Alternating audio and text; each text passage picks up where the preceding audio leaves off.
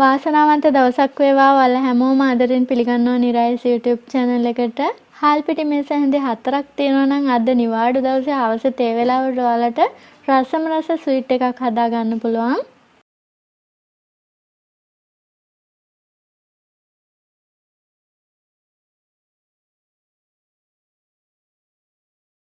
පොල් බෑ එක පොල් ඕනේ වෙනවා. ඒකෙන් මම ටිකක් වෙනමම පීරිසයකට අයින් කරගන්නවා.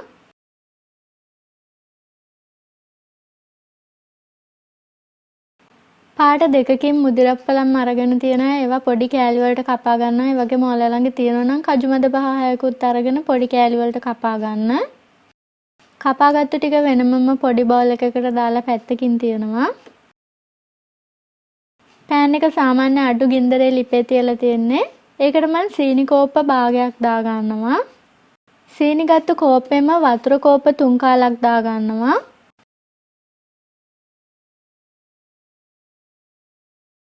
වතුර ටික ටික රත් වෙනකොට ලුණු ටිකක් දා ගන්නවා. ඒ වගේම ඔයාලා කැමති නම් ෆුඩ් කලරින් දා ගන්න පුළුවන්. ඔයාලට කැමති පාටක් දා ගන්න පුළුවන්.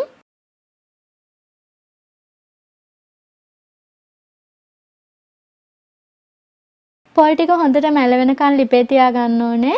මෙතනදී මම වැනිලා තේ හැඳි භාගයක් විතර එකතු කර ගන්නවා.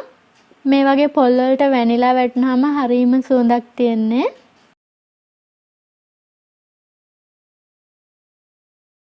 සාමාන්‍යයෙන් පොල් ටික මැල වුණාට පස්සේ මම හාල් පිටි කෝප්ප කාලක් එකතු කර ගන්නවා. ඔයාලා මේස හැඳි වලින් ගන්නවා නම් 4ක් අරගන්න.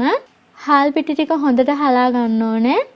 ඊට පස්සේ මේක එක දිගට හැඳි ගගා තියාගන්න. පැණි ටික මෙන්න මේ වගේ හින්දෙනවා ටික වෙලාවක් යනකොට.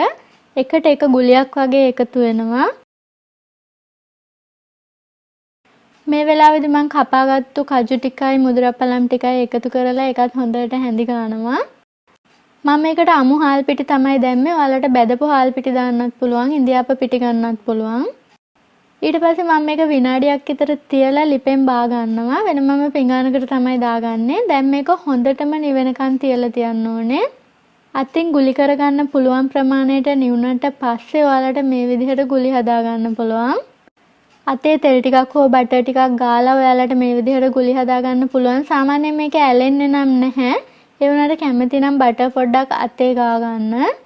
ඔයාලා කැමති ප්‍රමාණයේ ගුලි හදා ගන්න පුළුවන්. පොඩියට ගුලි හදාගත්තොත් රසට කන්න පුළුවන්. ඒ විදිහට හදාගත්තු ගුලි ඔයාලට අයින් කරපු පොල් වල මේ විදිහට තවර ගන්න පුළුවන්. ඔයාලා කැමති නම් අමුවෙන් පොල් මේ විදිහට තවර ගන්න පුළුවන්. නැත්නම් මේ පොල් ටික පාට වෙනස් නොවෙන්න කබලේ පොඩ්ඩක් බෙදලා අරගන්න. මේ විදිහට ඔයාලට තේ වෙලාවට හදා ගන්න පුළුවන්. මේ හාල් පිටි මේස හැන්දේ 4න් මේ වගේ බෝල ඔයාලට 10ක් 15ක්ම හදා ගන්න පුළුවන්. ඉතින් මේක කල් තියාගන්න බෑ. ඔයාලට දවසක් දෙකක් වගේ තමයි තියාගන්න පුළුවන්.